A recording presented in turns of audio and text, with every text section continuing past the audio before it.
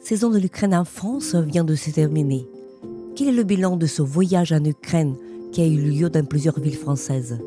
Quelles sont les perspectives pour l'avenir? Vous écoutez le podcast L'Ukraine face à la guerre.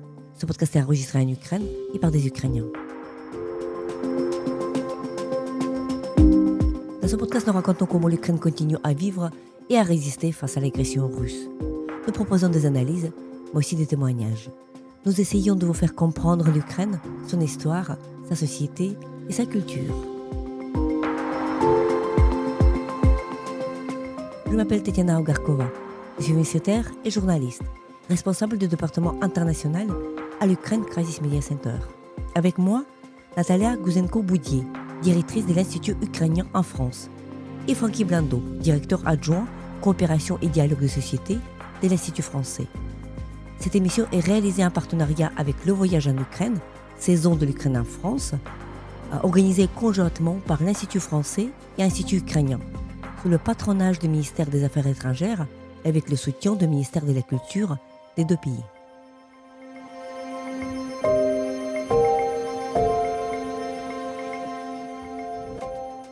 Bonjour Francky, bonjour Natalia. Tout d'abord, merci beaucoup d'avoir accepté de parler au podcast L'Ukraine face à la guerre. Nous arrivons à la fin de la saison ukrainienne en France, cette saison à laquelle vous avez contribué tous les deux avec une manière tout à fait attentive. Vous représentez tous les deux institutions, Institut ukrainien pour Natalia et Institut français pour Francky, qui ont collaboré en fait pour rendre cette aventure possible. Donc la première question va à Natalia. Qu'est-ce que ça représentait pour l'Institut ukrainien que de se lancer dans cette aventure, dans cette grande événement, une série d'événements, en fait, toute une saison pour essayer de montrer l'Ukraine en France? Pourquoi c'était important? Merci beaucoup, Tetiana, et bonjour. C'est vraiment un très grand plaisir d'être avec toi et Francky ici sur le podcast. Et une des missions de l'Institut ukrainien, c'est de créer des liens entre l'Ukraine et d'autres pays. Euh, pour nous, c'était une belle occasion de justement créer et recréer des liens, les faire plus forts entre l'Ukraine et la France. Et ce mot que tu as choisi, c'était vraiment un mot juste. C'était vraiment une très belle aventure. Et pour nous, déjà, ce qui était important, c'est de parler de l'Ukraine, ce pays qu'on aime autant, vraiment en parlant de sa culture, de l'histoire aussi de sa culture, mais également aborder des sujets qui sont aujourd'hui très pertinents, par exemple les sujets liés à la désinformation, du patrimoine, mais également de la santé ou de la santé mentale, donc et aussi de notre parler de notre société civile. Et je crois que ce qui était également important dès le début pour nous, c'est créer des multiples dialogues entre des artistes ukrainiens et français, mais également entre des opérateurs culturels. Et comme cette saison, dès le début, était lancée aussi grâce à l'initiative de nos ministères des Affaires étrangères et aussi du ministère de la Culture et également avec le soutien de nos ambassades, donc en fait, c'était un échange extrêmement riche à tout niveau. Et à vrai dire, ce qui était très important pour nous, c'est qu'on a vu cet engagement également de la part justement de nos ministères, de nos ambassades, ce soutien qui était apporté à ce projet. Et je pense que c'était vraiment aussi un moment important quand c'était évident pour tous nos partenaires que justement la culture, c'est une force. et que c'est important, autant qu'on parle de d'autres sujets, donc plus graves peut-être, aujourd'hui en échangeant avec le monde, mais également quand on évoque la culture, en fait, ça crée ce dialogue extrêmement fructueux et qui nous amène vers en fait notre avenir, je pense, et nous permet d'aborder des sujets qui vont, même s'ils sont toujours connectés à la guerre, mais qui vont au-delà de la guerre, qui vont vraiment vers des choses éternelles et extrêmement importantes pour nous, les choses qui nous aident à résister et vraiment garder cette cadence et cette force pour continuer à résister. Natalia, tu parles du dialogue et tu parles voilà de cet échange, voilà de ces échanges entre deux pays. Et je viens vers toi, Francky. Donc, ce qui était absolument original de cette saison et inhabituel, il faut le dire, parce que on parle de la culture de l'Ukraine qui est actuellement en guerre et on parle aussi du partenariat très très important en fait de l'Institut français, c'est-à-dire que cette saison-là, elle était soutenue d'une manière absolument sérieuse et solide par l'Institut français, par l'ambassade, voilà, partout, par le côté français, ce qui peut être inhabituel.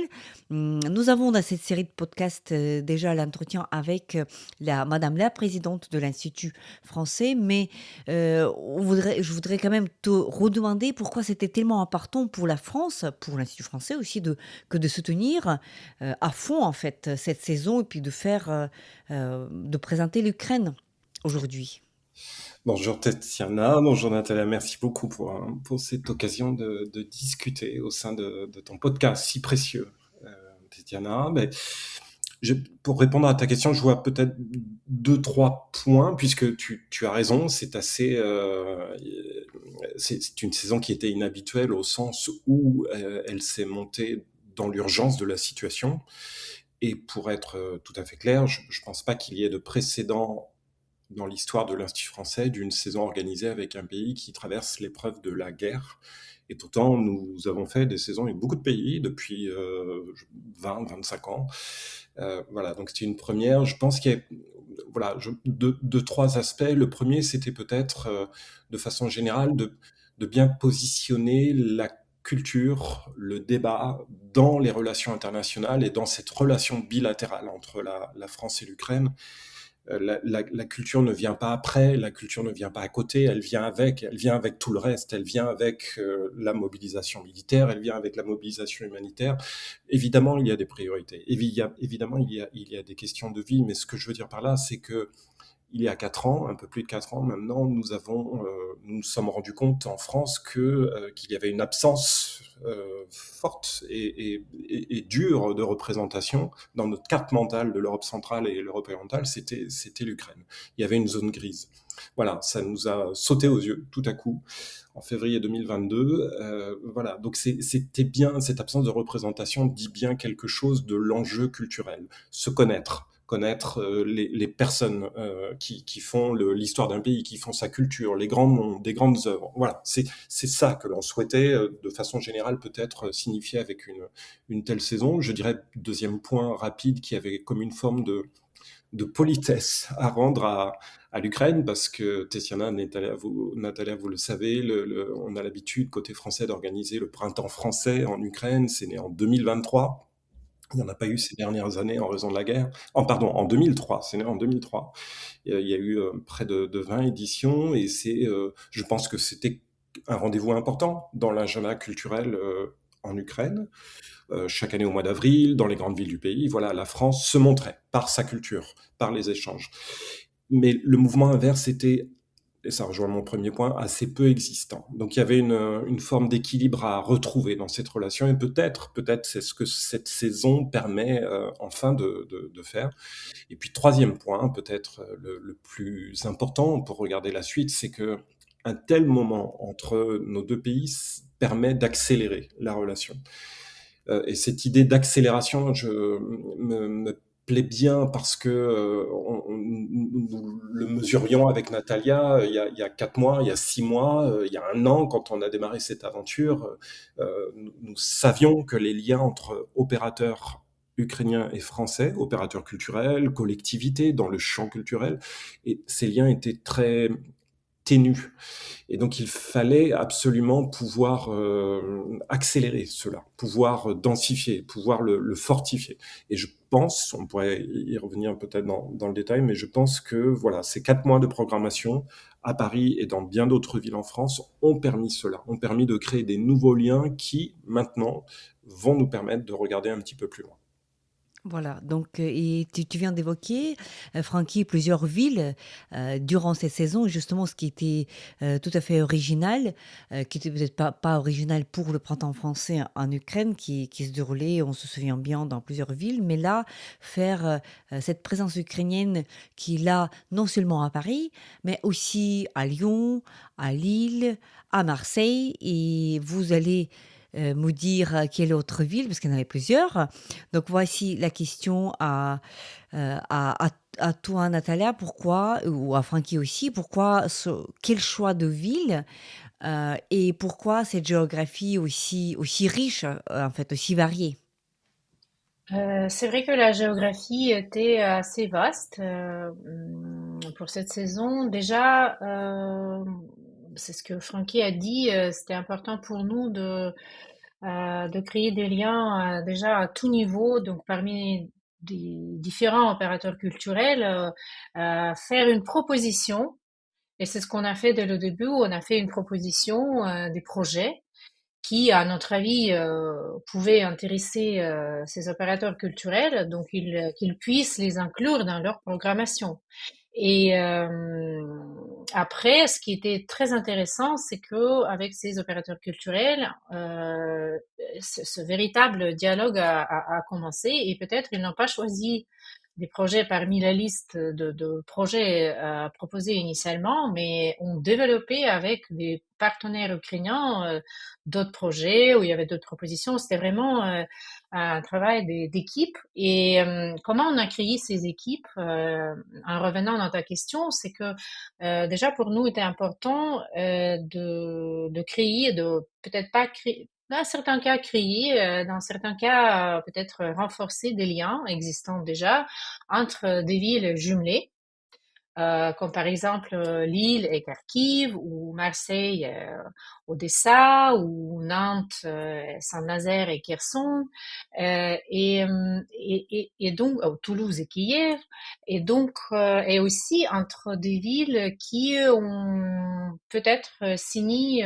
des conventions de partenariat ou des mémorandums ou des conventions d'amitié depuis le début de la guerre totale. Et il faut dire qu'il y en a pas mal en France, justement, qui ont commencé à collaborer sur plusieurs niveaux. Et surtout, il y avait ce désir des villes et même villages français d'apporter le soutien à l'Ukraine. Et donc, il y avait cette partie, cette composante donc culturelle qui peut-être n'était pas si fort parce que c'est vrai que la priorité était donnée peut-être à l'aide plutôt humanitaire. Et donc, c'est ce qui s'est passé pendant cette saison que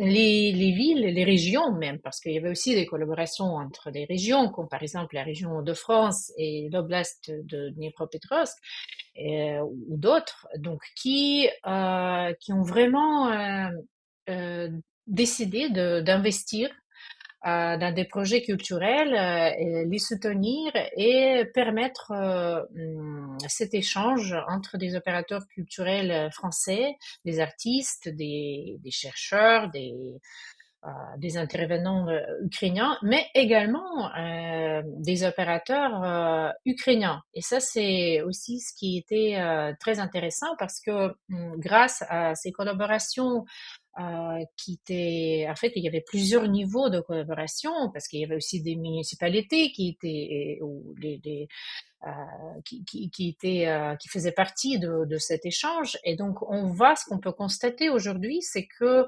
grâce à tous ces échanges, il y a des projets qui sont nés ou des idées qui ont apparu pendant la saison et on voit ça déjà, ont commencé à germer et on pense que bientôt et même cette année, on aura d'autres projets qui vont être réalisés déjà avec bien sûr le soutien de l'Institut français et l'Institut ukrainien, mais surtout, elles sont initiées par des opérateurs et des municipalités français et ukrainiens. Et ça, c'est quelque chose qui est extrêmement important en tant que résultat de cette saison.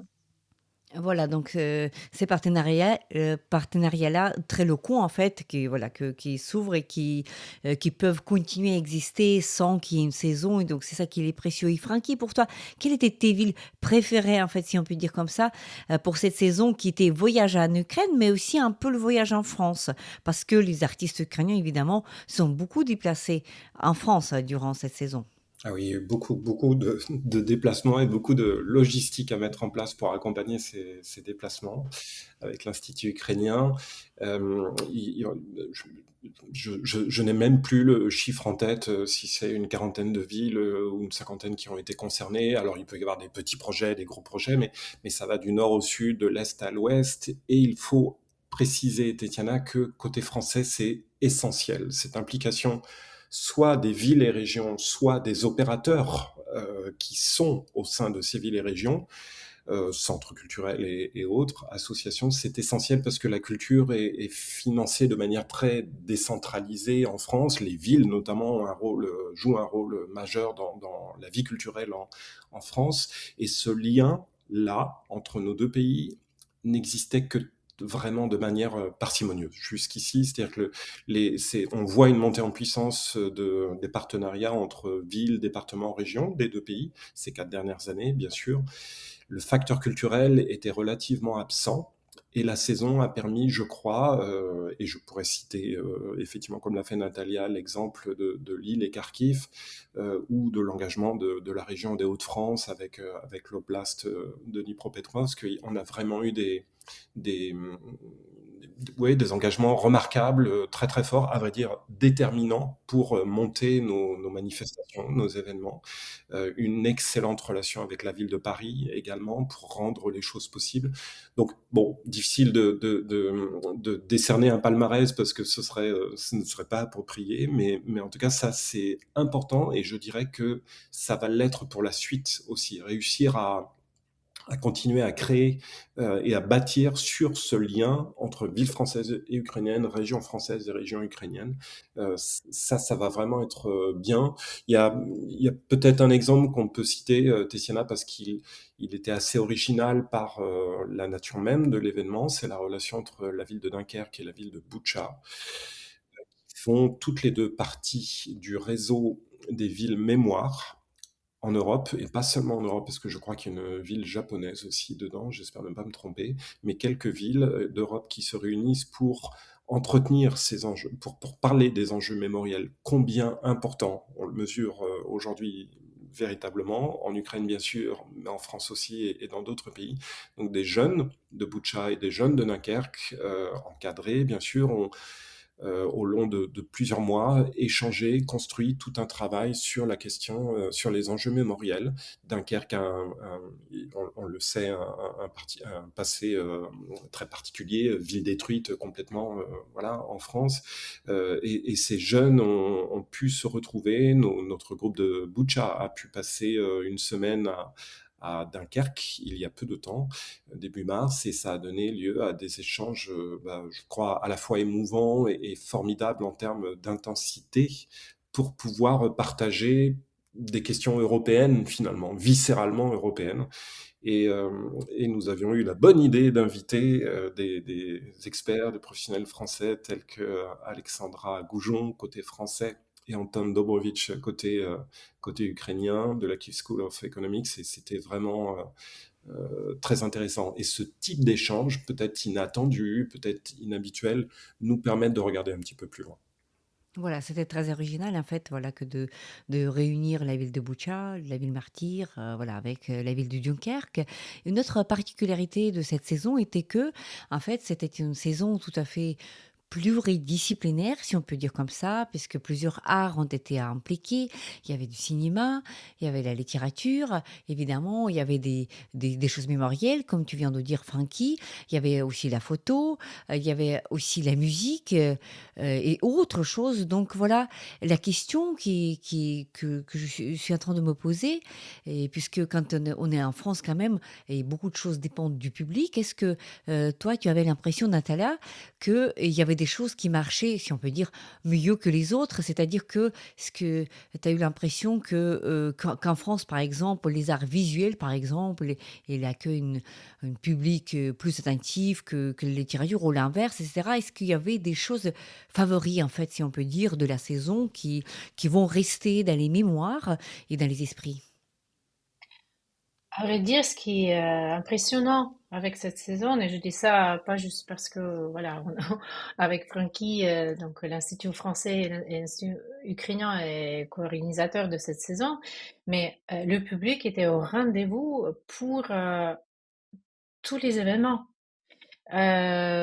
C'est ce qui montre déjà que il y avait cet intérêt profond de mieux connaître l'Ukraine.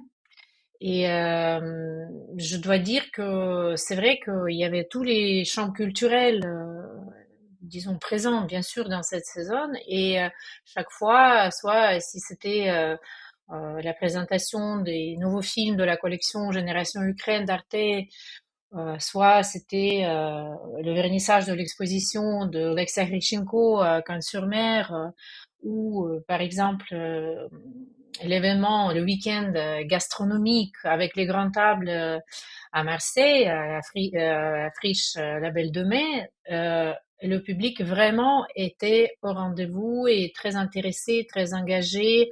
Et ce qui est aussi intéressant, c'est que, en tout cas moi personnellement, ce que j'ai remarqué, c'est aussi les questions qui ont été posées par des gens pendant, par exemple, nos échanges, des rencontres, des tables rondes, c'était des questions vraiment profondes qui aussi nous ont montré que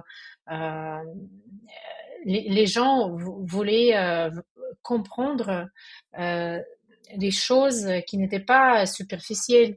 Vraiment qu'il y avait déjà cet intérêt, le premier, je sais pas, peut-être le premier, le deuxième niveau d'intérêt était déjà satisfait, et ça, c'est vraiment la culture, si je peux appeler ça l'intérêt profond à l'Ukraine, euh, était très évident.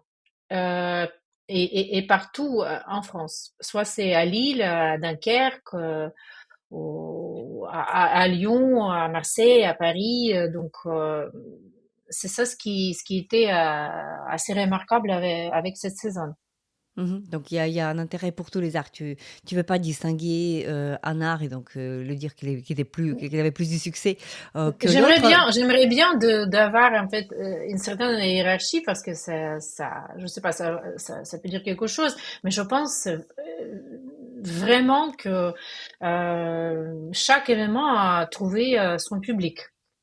Donc il y avait jamais de salle vide, donc évidemment Jamais. et jamais et donc il y avait que des salles pleines et donc c'est évidemment, très bien, surtout quand on parle de cette variété de villes, villages et puis de partenariats qui sont réels. Donc parlons de l'avenir, Francky, parce que la saison est terminée, c'est-à-dire 4 mois très intensifs, de travail, avec, voilà, plusieurs acteurs, opérateurs culturels, plusieurs artistes, beaucoup de logistique aussi. Donc voilà, la saison, voilà, est terminée, mais ça donne, plusieurs, partenariats et plusieurs projets, donc ça se projette dans l'avenir. Quelle conclusion en tires-tu et quel autre projet sont nés, en fait, de cette saison? La première conclusion rejoint ce que Natalia vient d'évoquer, c'est qu'il n'y a pas de fatigue de l'Ukraine ou de cette situation en France. Tu sais, on peut entendre parler de ça parfois. Ça fait 4 ans, voilà, les Français détournent le regard, et puis il y a d'autres actualités.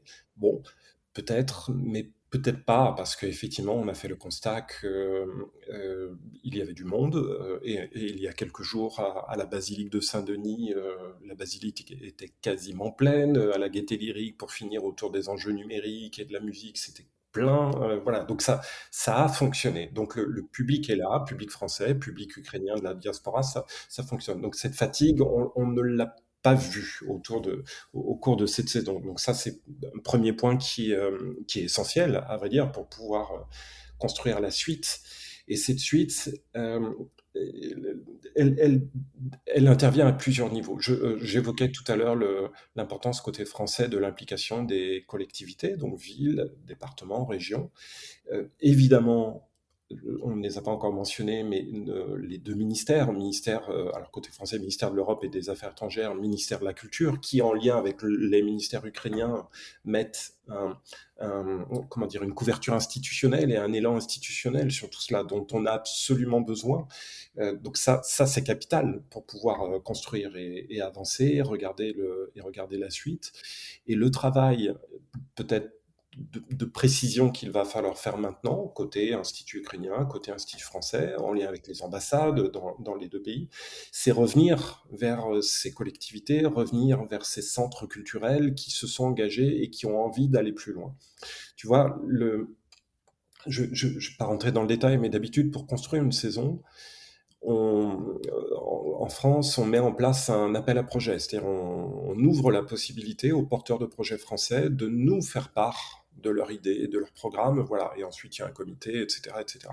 Là, on ne l'a pas fait dans le cadre de la saison de l'Ukraine. Pourquoi on ne l'a pas fait? Parce que, un, alors peut-être on n'avait pas beaucoup de temps pour organiser ça, et deux, c'est parce qu'il y avait un déficit de connaissances. Donc il fallait absolument que dans un premier temps, nous, Institut ukrainien, Institut français, nous puissions amener vers les porteurs de projets français des propositions ukrainiennes, comme Natalia l'indiquait tout à l'heure. Je pense qu'aujourd'hui, on est passé à un autre stade, c'est-à-dire que les gens se connaissent maintenant. Des artistes, des auteurs, des professionnels de la culture des deux pays ont pu se rencontrer durant ces 4 mois. Évidemment, il y a des choses qui existent en dehors de la saison aussi, et heureusement, mais c'est sur ça qu'on va pouvoir construire. Et il y a peut-être deux points que je peux évoquer. Tu posais la question d'un secteur tout à l'heure artistique et comme Nathalie, je ne veux pas établir de hiérarchie, juste mentionner le fait qu'on voit une accélération là aussi dans le domaine du livre, de la littérature qui est assez saisissante. Peut-être il fallait le temps de la traduction aussi, tout simplement, pour les éditeurs français, le temps de connaître le paysage littéraire ukrainien, le temps de traduire les livres. Et là, il y a une actualité ces derniers mois, et tu n'es pas tout à fait étrangère, Tatiana, à cela. Il y a une actualité autour du livre ukrainien en France qui est prégnante, et qui est saisissante parce qu'on comprend ce que signifie l'urgence de la poésie, l'urgence des mots en Ukraine. Donc ça, c'est très fort. Et un deuxième exemple, ça rejoint un événement, enfin plutôt ça, on va essayer de bâtir sur un événement que nous avons organisé fin janvier à Marseille, à la Friche Belle de Mai, que Nathalie a déjà évoqué.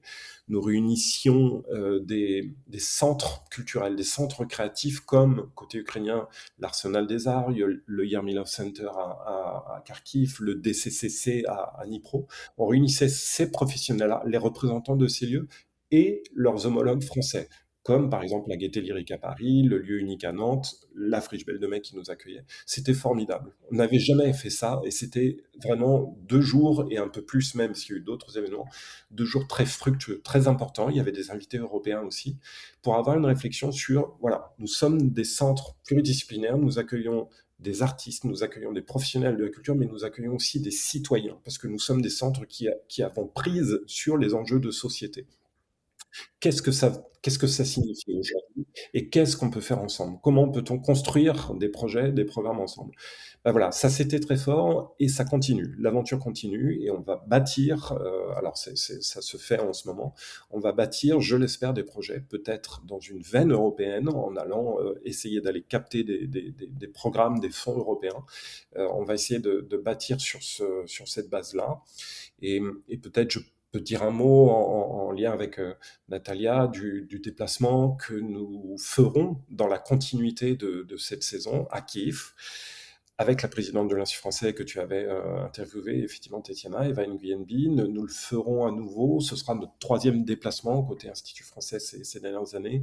Nous le ferons fin mai, au moment du Salon du livre de l'Arsenal, avec des professionnels français de la culture. Certainement côté littérature, évidemment, côté édition et littérature, côté édition et livre, mais aussi des représentants d'autres secteurs et notamment des représentants de ces lieux pluridisciplinaires que j'évoquais tout à l'heure. Donc voilà, très concrètement, une saison permet ça. Une saison permet d'accélérer encore une fois cette relation et de mettre en place ce type de voyage en Ukraine. Voilà, nous allons le faire concrètement, ce voyage en Ukraine, dans 2 mois, enfin environ 2 mois, fin mai, pour continuer à avancer ensemble, faire des rencontres, des visites qui nous permettront de cranter des relations et de parler de projets, de programmes, d'échanges professionnels. Voilà, donc encore un voyage en Ukraine, véritablement, qui va clore en quelque sorte d'une manière symbolique en fait la saison. Donc dans 2 mois, effectivement, l'Arsenal du livre, un des festivals les plus connus, les plus réputés de l'Ukraine, donc toujours attendu. C'est un festival annuel qui va créer ce véritable pont en fait entre voilà la France et l'Ukraine, et donc qui pourra évidemment donner lieu à des coopérations futures dans le futur, ce qui est extrêmement important. Et donc ça, c'est une invitation aussi de faire ce voyage à tous les gens qui étaient présents, et on peut imaginer dans le public, qui ont découvert pour eux-mêmes la culture ukrainienne, la poésie ukrainienne, parce qu'il y avait des poètes, parce qu'il y avait des écrivains, aussi la musique, aussi le cinéma. Nous avons dans ce podcast un échange avec Fabrice Puchot, qui est de l'Arte et qui a parlé déjà en fait de coopération future, parce qu'après Génération Ukraine, il y a toute une série d'autres coopérations qui sont en marche, déjà des coproductions de films, documentaires, pas des films que nous avons déjà vus, mais d'autres à venir. C'est extrêmement important.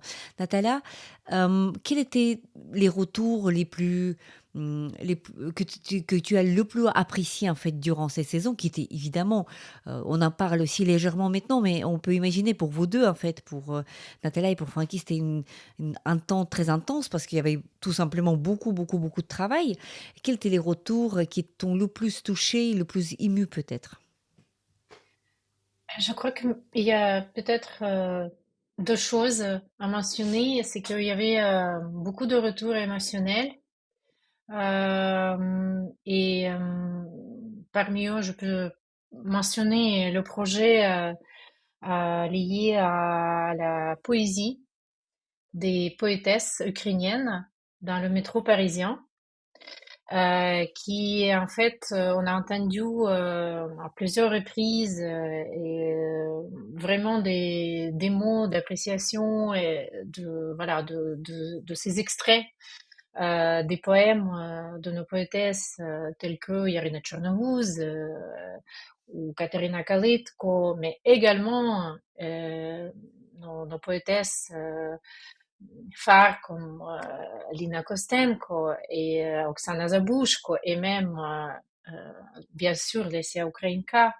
Donc ça, je sais que c'était un projet qui a vraiment traversé plusieurs frontières et un jour on espère que peut-être, on ne sait jamais, mais pendant l'Arsenal du livre, l'Ukraine va réciproquer peut-être on pourra lire la poésie des poétesses françaises dans le métro de Kiev.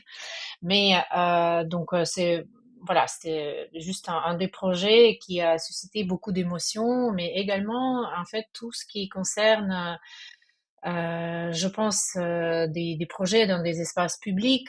euh, Avec notre Musée national des beaux-arts, on a co-organisé, et notamment avec le commissaire de cette exposition, donc Oksana Berchinova, on a co-organisé, et aussi avec la ville de Paris, évidemment, on a co-organisé une exposition des trésors des musées ukrainiens euh, qui était exposée à la ville de Paris, notamment juste sur le parvis de la ville de Paris, de l'hôtel de ville. Et donc, et là, je pense que pour l'instant, c'est vrai que on n'a pas eu une exposition majeure dans des musées parisiens. ukrainien, je veux dire vraiment avec une exposition consacrée au trésor de musées ukrainiens, mais on espère que après cette exposition, déjà avec tous nos partenaires, que cette exposition va voir le jour. Et il y a aussi peut-être ce qui est important de mentionner, c'est que ce qu'on a réussi de faire, c'est vraiment montrer notre culture, la culture ukrainienne, tant qu'on la connaît, tant on la vit en fait.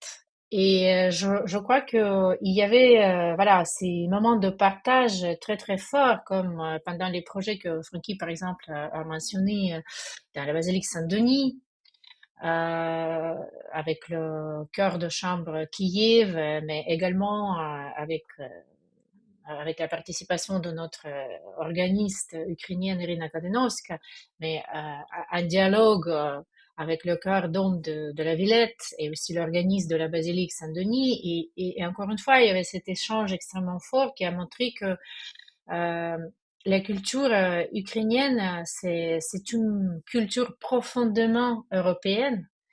Et on a pu ressentir que c'est le retour de cette culture dans sa famille européenne, en fait, qu'il était peut-être un peu caché, il était dans l'ombre pour plusieurs raisons.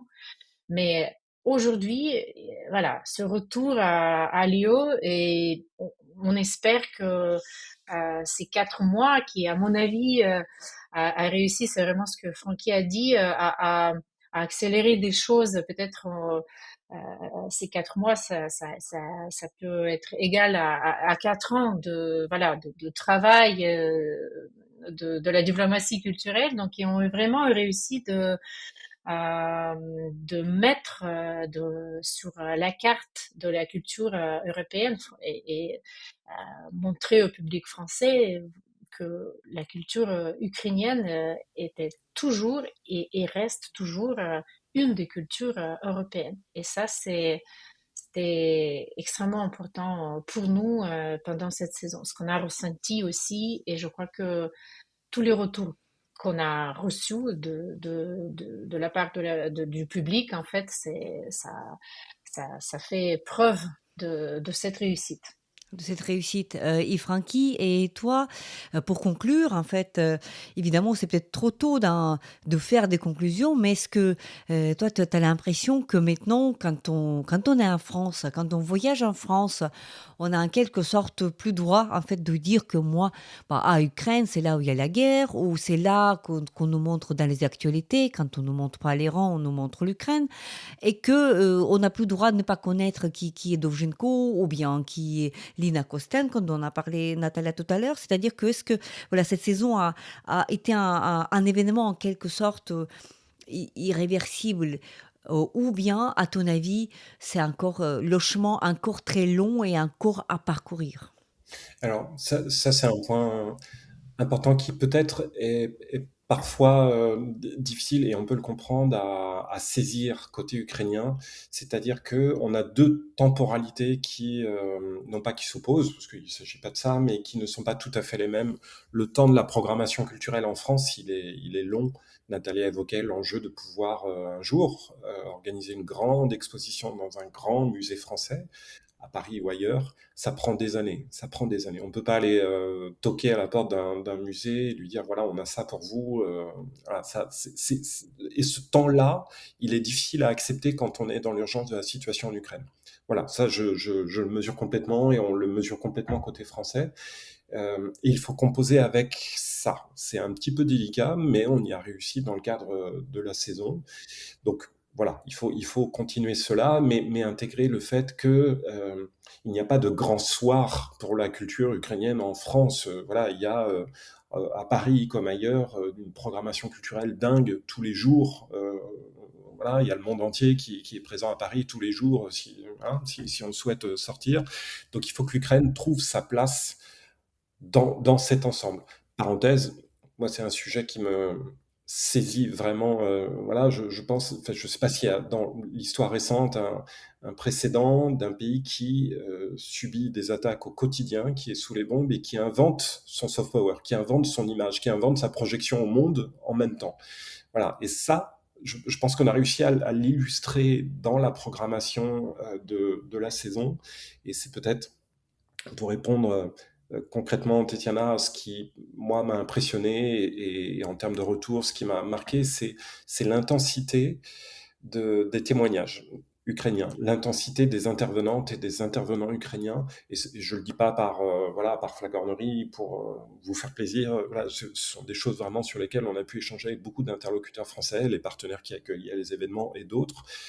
C'est-à-dire que les prises de parole sur les différents sujets, dans le domaine du livre, dans le domaine, là encore très récemment, dans le domaine du numérique, dans le domaine des médias et du journalisme, Natalia Gumeniuk, Sevgil Moussaïeva, c'était il y a peu de temps à Strasbourg, c'était remarquable. C'est remarquable d'intensité, c'est remarquable en termes de mise en perspective et en termes de faits. Voilà. Et il y a dans les mêmes prises de parole des faits qui sont posés sur la table et des mises en perspective qui nous regardent, nous, Français, nous, Européens. Et peut-être parfois on ne s'y attend pas trop, on ne s'attend pas à cette profondeur, à une telle profondeur côté français, une telle intensité. Et ça, je crois que ça a saisi beaucoup de gens qui participaient à nos événements. Donc c'est bien, ça veut dire qu'on peut continuer. Voilà, merci beaucoup Francky, merci beaucoup Natalia pour cet échange, mais surtout merci, grand merci pour tout ce que vous faites personnellement ou ce que font vos deux institutions respectives, Institut ukrainien en France et Institut français, pour justement non seulement rendre cette saison de l'Ukraine en France possible, ce qui était déjà une grande affaire, une grande aventure, comme on disait au départ, mais justement pour se projeter dans l'avenir et pour la volonté de poursuivre le dialogue, ce qui est justement le fondement de toute culture. Merci beaucoup. Un grand merci, Tatiana. Merci beaucoup, Tatiana.